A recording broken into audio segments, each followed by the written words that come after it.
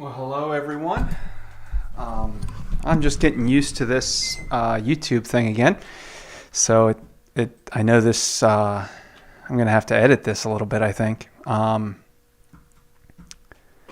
There we go. Huh. Yeah. Um, Wanted to get on and give everybody a just a reflection on what I've been reading through the Bible in a year this year.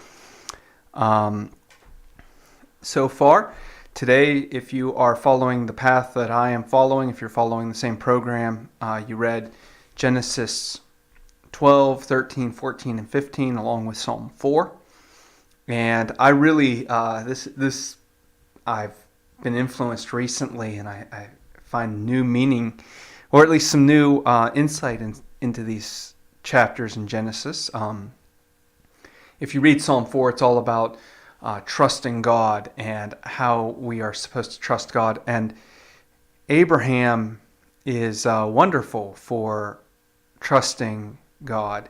At least he is at the end of his life. But I find it really fascinating and kind of wonderful in some ways, and head-scratching in some others, that in chapter 12 of Genesis, Abraham is told to go to this new land.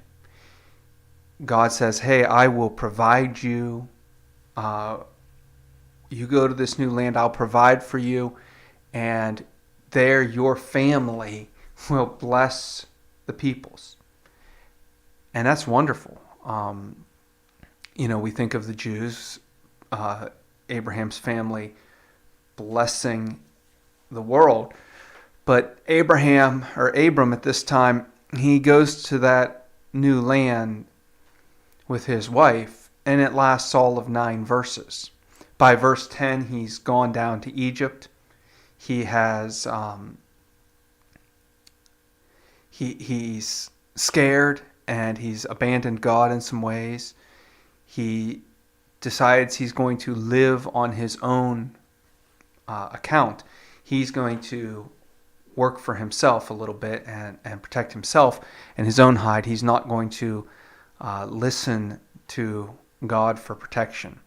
And so here we are in Genesis 12, 9 verses into Abraham's calling, and he's already forgotten what God has told him, or at least he's not acting on it.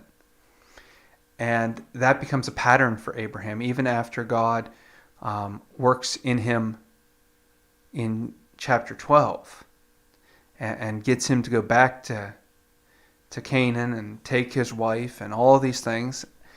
We see again in chapter 15 God bringing out a covenant with Abraham. This is a wonderful, wonderful covenant that his family shall bless the earth, and that God will make him great.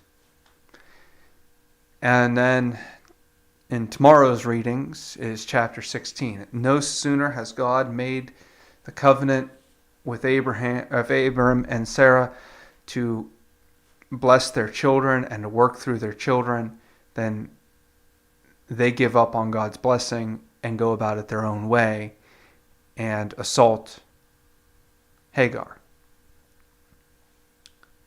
So there is, right there in the first 4 chapters of Abram's story, God calls him to the land, he leaves the land.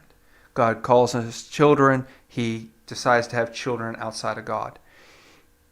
It shows us just how we often are as people. We often are people who we can often be people who, even when God calls us to do the right things, when God wants us to be great, we fail because we become selfish, we become greedy, we want to do it our way. We don't want God interfering in our thing, in our ways, in our goodness. We want God to work in our time frame. We want God to work in our ideas, and we don't give over to God what we should. I think the twofold lesson is that we should not be like Abraham early on, and that most of us are like Abraham, and we have to keep working at those areas in our lives so that God can work through us. It's also a great blessing that God does not stop working with Abram just because Abram acts like an idiot early on. God continues to work with Abraham, continues to build him, continues to see him grow to the point where he does become a person who is faithful to God. I hope that that is your story, that you will continue to be faithful with God this year. Remember that even though there are some hiccups along the way, God still helps us and works through us. And God bless. I will see you hopefully next week.